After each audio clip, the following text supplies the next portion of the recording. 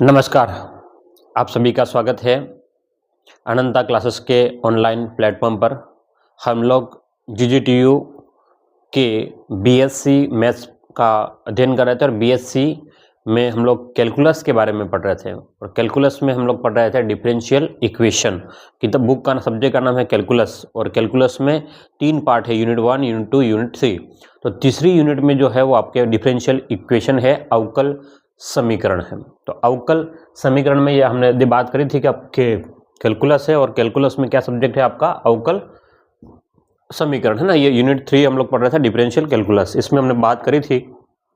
तो इसमें हमको क्या क्या पढ़ना है, तो डिग्री एंड ऑर्डर। तो ये पिछली क्लास में हमने डिग्री क्या होती है, ऑर्डर क्या होता है, हमने डिटेल्स इसके बारे में जानकारी हासिल करी है। अगर आपने पिछली क्लास नहीं देखी है, इसकी पहली क्लास, तो आप जा करके ज़रूर से देखिएगा पहली क्लास। अब हम बात करने वाले हैं degree and order of a differential equation, equation of first order and first degree. ठीक है, इन सब की बात हम लोग करने वाले हैं। ठीक है, और फिर इनको variable, separable, homogeneous equation, reducible, to one, सारी इक्वेशंस वगैरह हम लोग डिटेल से पढ़ने वाले हैं। ठीक है, तो हमने क्या पढ़ा था पिछली क्लास में, उसमें जाने से पहले अगर आप लोग यूट्यूब पर इस वीडियो को देख रहे हो तो आप देखिएगा कि प्ले स्टोर पर एकलव्य क्लासेस नाम की ऐप जो उपलब्ध है, एकलव्य क्लासेस बांसवाड़ा के नाम से, आप उसको डाउनलोड कर सकते हैं। एक और ऐप उपलब्ध है प्ले स्टोर पर ही, infinity classes for maths and reasoning. दोनों को डाउनलोड करके आप लोग अपना कोर्स है ना, कम से कम कीमत पर आप लोग परचेस करके अपनी पढ़ाई को कंटिन्यू कर सकते हैं। वहाँ पर इंपॉर्टेंट प्रश्न भी आपको दिए गए हैं। ठीक है, चलिएगा हम बात करें यहाँ पर। तो हमने बात करी थी कि अवकल समीकरण क्या होता है, डिफरेंशियल इक्वेशन क्या होता है। तो डिफरेंशियल इक्वेशन का मतलब ये होता है कि ऐसी समीकरण जिसमें एक तो क्या हो, परतंत्र चर हो, है ना, और परतंत्र चर का फिर किसी न किसी के सापेक्ष में क्या किया गया हो, अवकलन किया गया हो, यानी कि अवकलज विद्यमान हो, तो वो क्या कहलाएगी, आपकी अवकल समीकरण कहलाती है। जैसे कि मान लो कि ये dy/dx दे रखा है, d2y/dx², तो ये सब के सब क्या है, अवकल गुणांक है। ये जो है आपके अवकल गुणांक है ना। मतलब एक बार अवकलन किया, 2 बार अवकलन किया ना किसी एक पर्टिकुलर चीज का, वो अवकल गुणांक हो जाएंगे आपके। क्लियर है। तो ये कुछ एग्जाम्पल थे डिफरेंशियल इक्वेशन के कि भाई ये दोनों जो है आपके पास में क्या है, साधारण डिफरेंशियल इक्वेशन है। तो तीसरी और चौथी जो है आपकी कौन सी है, तो पार्शियल डिफरेंशियल इक्वेशन है। ये हमने पिछली क्लास में देखा था। इसमें इस साइड में अगर आप देखेंगे तो छठी है वो साधारण डिफरेंशियल इक्वेशन है, सातवीं वाली पार्शियल डिफरेंशियल इक्वेशन है, आंशिक अवकल समीकरण। आठवीं भी आंशिक अवकल समीकरण है, पार्शियल डिफरेंशियल इक्वेशन है, और नवीं जो है वो ऑर्डिनरी डिफरेंशियल इक्वेशन है, साधारण अवकल समीकरण है। तो ये हमने पढ़ा है पिछली क्लास में, कुछ नया नहीं बता रहा हूँ मैं। ठीक है, और इसके बाद में हमने टाइप्स ऑफ डिफरेंशियल इक्वेशन, अभी हमने 2 नाम लिए थे, एक तो आंशिक अवकल समीकरण और साधारण अवकल समीकरण। तो पहला होता है आपका ऑर्डिनरी डिफरेंशियल इक्वेशन है कि ODE, साधारण अवकल समीकरण, और दूसरा जो होता है वो पार्शियल डिफरेंशियल इक्वेशन, PDE, आंशिक अवकल समीकरण। ये दोनों होते हैं। उसके बाद में हमारे पास में साधारण अवकल गुणांक है ना। अगर मान लो किसी एक के सापेक्ष में अवकल करते हैं, है ना, कितनी भी बार अवकलन कर, लेकिन किसी एक के सापेक्ष में, मतलब एक का मतलब है कि स्वतंत्र चर उसमें केवल एक रहेगा। जैसे कि मान लो x, ये वाले जितने भी अवकलन किए हमने x के सापेक्ष में किए हैं, है ना, भले ही 2 बार किए, 3 बार किए, अलग बात है, लेकिन अगर केवल एक स्वतंत्र चर हो, परतंत्र मतलब जिसका अवकलन करते हैं, जैसे y का अवकलन किया x के सापेक्ष में, तो y जो है वो परतंत्र है और x जो है वो क्या आपका स्वतंत्र है। ठीक है, तो ये आपके पास में क्या हो जाएगा, आपके पास में अवकल गुणांक कहलाता है। ये क्या कहलाता है, ऑर्डिनरी डिफरेंशियल कोफिशिएंट कहलाता है। दूसरा होता है पार्शियल डिफरेंस कोफिशिएंट, मतलब अगर अलग अलग के सापेक्ष में अवकलन करें, जैसे मान लो कि z का हम लोग y के सापेक्ष में कर रहे हैं, x के सापेक्ष में कर रहे हैं, तो उसको हम लोग बोलते हैं पार्शियल डिफरेंशियल इक्वेशन या पार्शियल डिफरेंशियल कोफिशिएंट बोलते हैं। ठीक है, पूरा समीकरण हो तो इक्वेशन और केवल एक हो तो कोफिशिएंट बोलेंगे। तो जैसे कि यहाँ पर देखो z का x के सापेक्ष में किया हुआ है, तो डेल्टा लिखेंगे हम लोग। z का y के सापेक्ष में क्या रखा है, z का पहले 2 बार x के सापेक्ष में कर रखा है, एक बार z का x के सापेक्ष में किया, फिर से y के सापेक्ष में किया, तो इसको हम लोग PQRST इतना है ना, 4-5 अवकल गुणांक आपको दे रखे हैं। ये वाले जो आंशिक अवकल गुणांक है, P है आपका आंशिक अवकल गुणांक है, हम लोग आगे एडवांस डिफरेंशियल इक्वेशन में देखेंगे। Q जो है वो भी आंशिक है ना, आंशिक अवकल गुणांक है। R है आंशिक अवकल गुणांक है, R का मतलब Z X X, 2 बार हमने अवकलन किया। तो सारी चीज़ें हमने पिछली क्लास में एक एक को डिटेल से देखा है, मैं हल्का सा रिवीजन के हिसाब से बता रहा हूँ।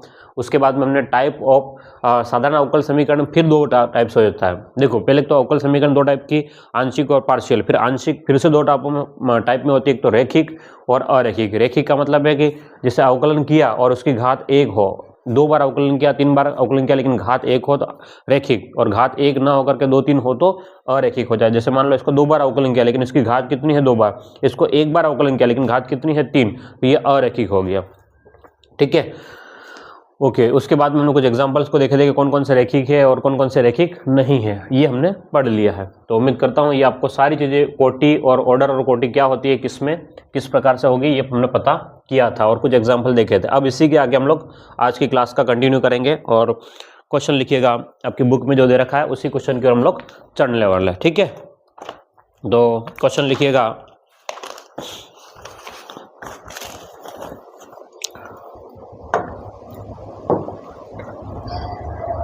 हाँ हम लोग बात करते हैं यहाँ पर क्वेश्चन नंबर पहला।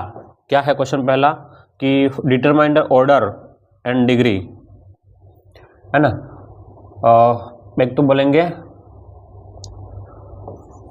दिए गए अवकल समीकरण का, ऐसा लिख लो, अवकल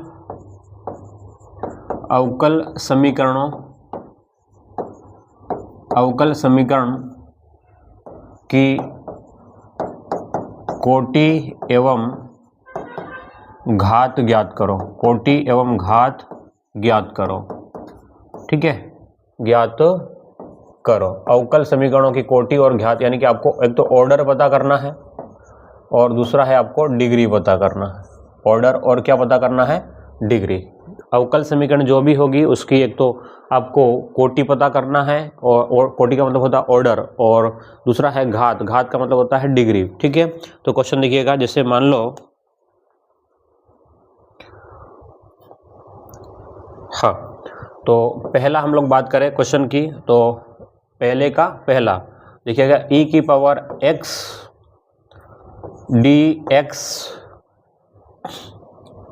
प्लस में e की पावर y dy बराबर 0। ये आपके पास में दिया गया है, तो आपको पता करना है कि किस प्रकार की अवकल समीकरण है, ये पता करके बताइएगा। तो कोशिश करें आप लोग, अगर आपसे आता हो तो ये देखना है कि अवकल समीकरण किस प्रकार का है। क्या देखना है कि अवकल समीकरण किस प्रकार का होने वाला है या है। ठीक है, चलिएगा, तो कर लिया होगा आपने अब तक। इसमें देखना है कि अवकल समीकरण किस प्रकार का है, इतना ही आपको देखना है। हाँ, अवकल समीकरण की कोटि एवं घात को हमको पता करना था। तो देखो, हाँ देखिएगा, अगर इसको सॉल्व करें तो पहले तो एक्चुअल में हमको dy/dx की फॉर्म में लेकर के आना पड़ेगा। समीकरण को क्या करना पड़ेगा, dy/dx की फॉर्म में लेकर के आना पड़ेगा। तो देखिएगा ध्यान से, हम क्या करते हैं यहाँ पर कि e की पावर x dx को इस साइड रख लेते हैं और इसका पक्षांतरण करते हैं, तो क्या हो जाएगा, माइनस e की पावर y dy। अब यहाँ से देखिएगा, इस वाले को इधर लेके आ जाएंगे, dy/dx की फॉर्म में लेके जाना पड़ेगा, तो इस dx को इधर लेके चला जाए। ठीक है, तो यहाँ पर हो जाएगा e की पावर x बराबर माइनस e की पावर y dy/dx। ठीक है, और अगर आप सोल्व करना चाहें तो इसको इस प्रकार से लिखिएगा कि dy/dx, और ये आपके पास में क्या था, e की पावर y, हाँ e की पावर y, पूरे को इधर उठा के ले आए, और प्लस में e की पावर x बराबर क्या हो जाएगा, 0। तो ये आपके पास में एक अवकल समीकरण बन गया है। बोलो ये क्या है, आपके पास में एक अवकल समीकरण तो पहले ही था, तो ये अवकल समीकरण है। अब बात करेंगे कि अवकल समीकरण तो है, लेकिन ये किस प्रकार का है। तो देखो, अवकलन कितनी बार किया हुआ, देखो ध्यान से, यहाँ पर अवकलन कितनी बार किया हुआ, एक बार अवकलन किया है, इसलिए है ना, इसकी घात आपने एक बार अवकलन किया है, तो जितनी बार अवकलन करेंगे वो उसके क्या कहलाएगी, ऑर्डर या कोटि कहलाएगी। तो पहला कोटि, ठीक है, तो कोटि कितनी है, तो आपने एक बार ही अवकलन किया है तो कोटि 1 हो गया। दूसरा घात, दूसरा हम लोग बात करेंगे घात। तो घात का मतलब है कि भाई dy/dx की घात कितनी है, तो घात 1 है, तो घात को हम लोग बोलेंगे 1 है। घात का मतलब आपके पास में, इसको ऑर्डर, कोटि को ऑर्डर बोलते हैं और इसको बोलते हैं डिग्री। क्या बोलते हैं, डिग्री। क्लियर है, तो ये हो गया। और तीसरा पॉइंट आपको देखना है कि भाई रैखिक है अरैखिक है। अगर घात 1 है तो इसको हम लोग बोलेंगे रैखिक, बोलेंगे क्या बोलेंगे, रैखिक है। क्लियर है, क्या है, तो ये रैखिक है। इसको आप लिख लीजिएगा, फिर अगले प्रश्न की ओर चलते हैं।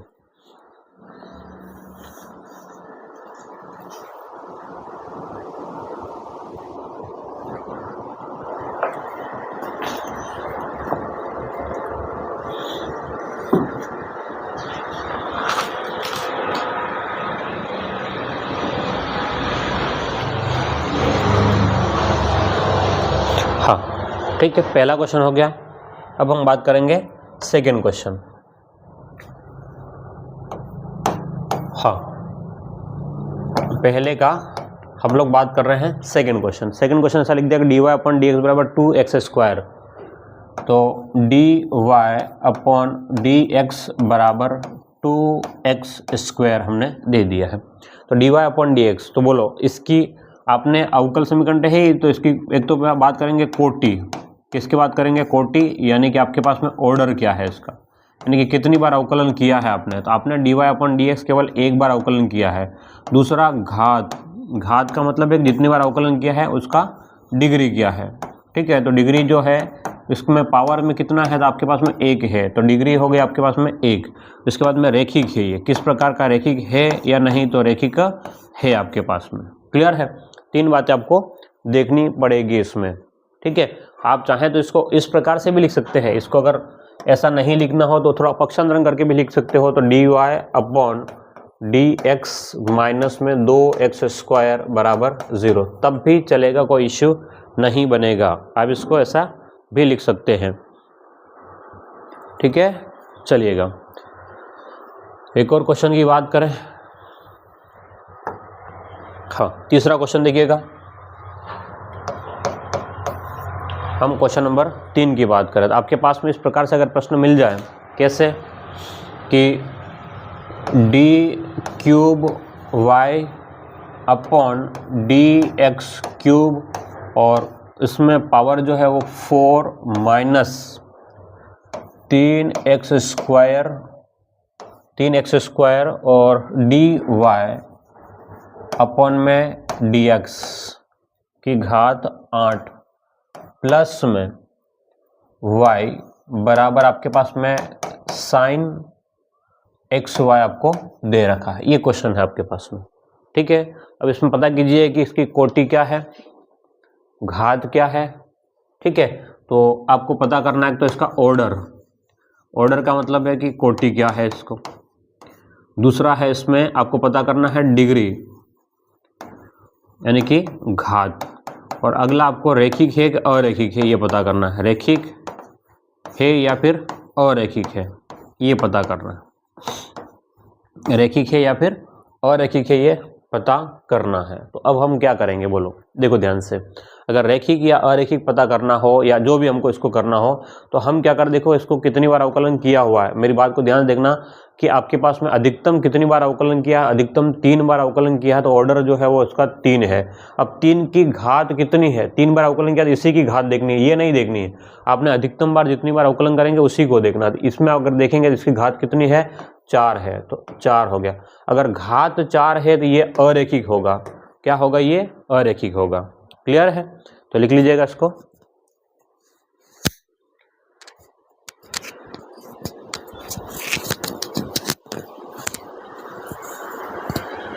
हाँ, एक और क्वेश्चन की बात कर लेते हैं, फिर हम लोग इसको चेंज करेंगे। क्वेश्चन नंबर 4, इसी में बात करेंगे। क्वेश्चन नंबर 4 की बात करते हैं। तो क्वेश्चन नंबर 4 को हम लोग बात करें तो क्वेश्चन आपके सामने इस प्रकार से है, x² dy प्लस में y² dx बराबर 0। x² dy प्लस में y² dx बराबर 0। हमें तो सबसे पहले इसको dy अपॉन dx की फॉर्म में लेकर के आना होता है। बोलो क्या करना होता है? dy अपॉन में dx की फॉर्म में लेकर के आना होता है।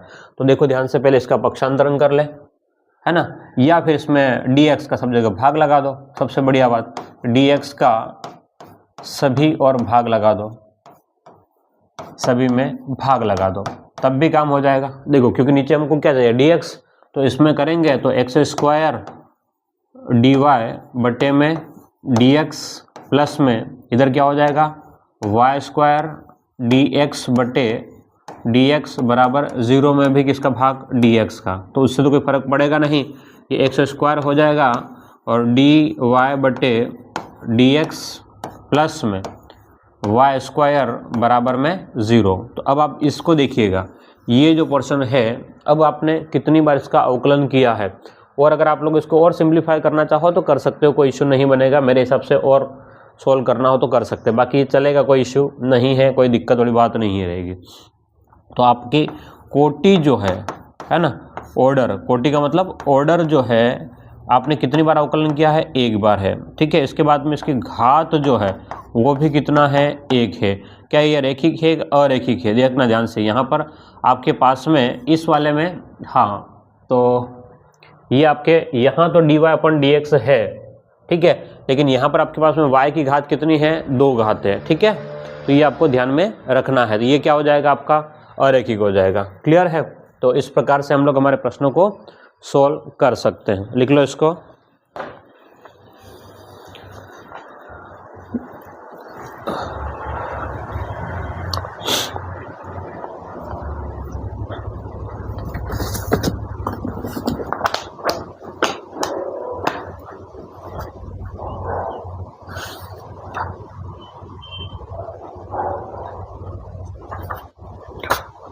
हाँ जी, कुछ 12th क्लास के क्वेश्चनों को भी हम लोग बात कर लेते हैं थोड़े बहुत, ताकि आपको और ध्यान में रहे। चौथा क्वेश्चन हो गया है। क्वेश्चन नंबर 5वें को देखिएगा। क्वेश्चन नंबर 5 की बात करें तो हम ऐसा लिख लें कि d2y अपॉन dx² बराबर साइन x प्लस में कोस x। इसमें आप ये बात कीजिएगा कि इसमें कोटि कितनी है, एक तो कोटि कितनी है और दूसरा क्या है, इसमें घात कितनी है, ये पता करें। एक तो कोटि कितनी है और घात कितनी है पता करें। एक और क्वेश्चन आप देखिएगा,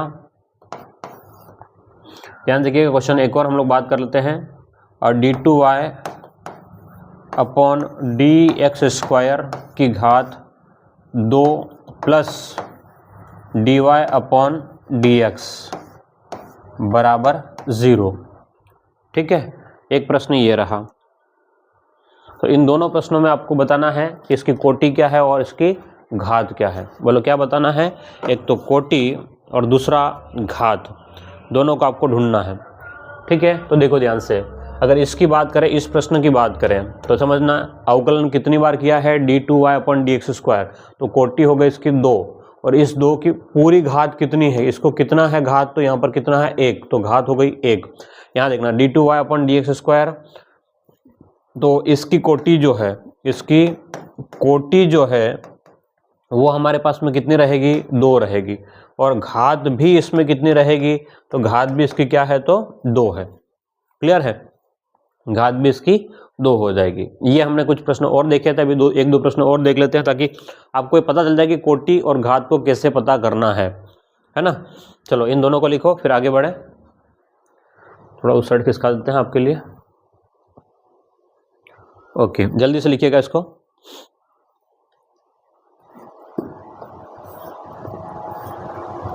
हाँ, एक क्वेश्चन आपके सामने इस प्रकार से है, देखना ध्यान से।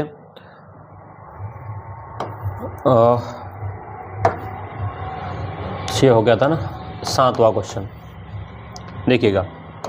dy अपॉन में dx का, dy अपॉन dx का होल क्यूब प्लस में 1 अपॉन dy अपॉन में dx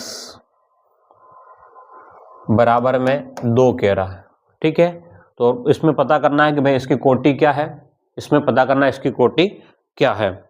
और एक और प्रश्न हम लोग और लिख लेते हैं। 6 हो गया, 7, 8। हाँ, तो एक क्वेश्चन देखते हैं। d² अपॉन में dx² की घात 3 प्लस में y dy अपॉन dx की घात 2 प्लस में y की घात 5 बराबर 0, ठीक है। दोनों प्रश्न आपको सॉल्व करना है। अगर आप सॉल्व कर सकते हो तो करने की कोशिश करो, नहीं तो मैं करवाता हूं, ठीक है।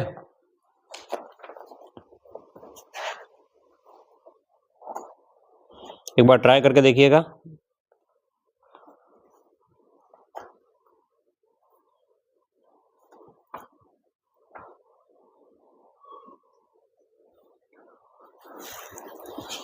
चलो हो गया होगा अब तक तो आपका।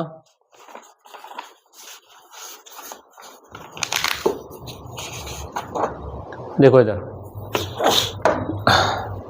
देखिएगा, इसमें हम बात करें हमारे पास में dy अपॉन डी एक्स तो है, लेकिन प्रॉब्लम यहाँ पर एक क्रिएट हो गई है हमारे पास में कि dy अपॉन डी एक्स यहाँ पर नीचे है। अगर आप इसको सोल्व करेंगे तो ध्यान देखना इधर क्या बन जाएगा, ये वाला dy अपॉन डी एक्स का होल क्यूब प्लस में dy अपॉन डी एक्स, इसका उल्टा हो जाएगा dx अपॉन में dy बराबर हो गया आपके पास में 2 हो गया, बराबर में कितना हो गया 2 हो गया। अब आप क्या कर सकते हैं, या तो दोनों साइड इसको जोड़ लें या फिर दोनों साइड इसको क्या कर लें, घटा सकते हैं।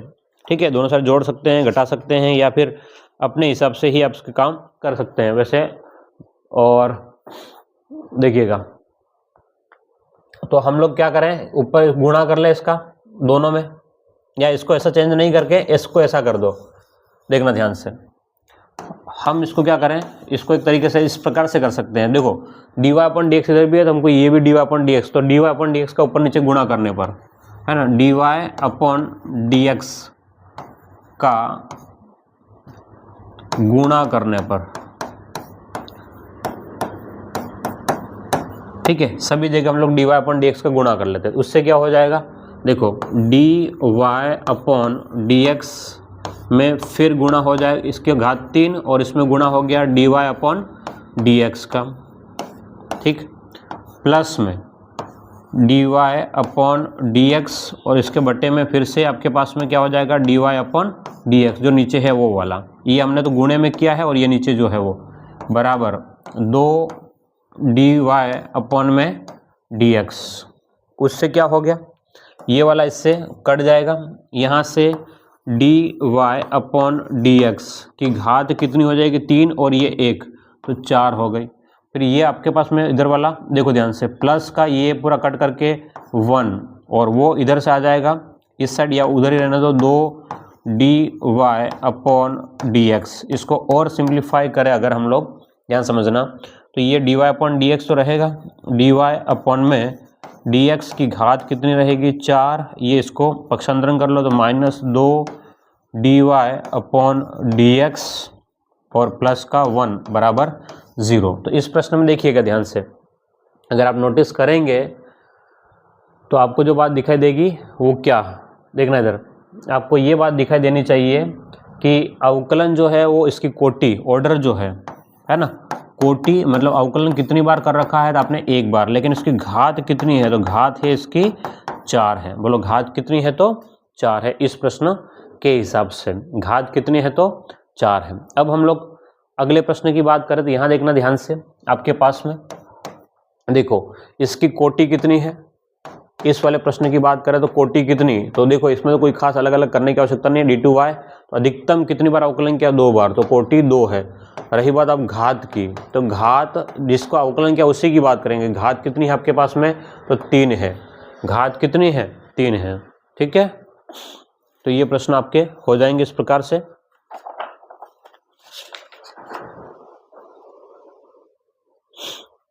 हाँ जी,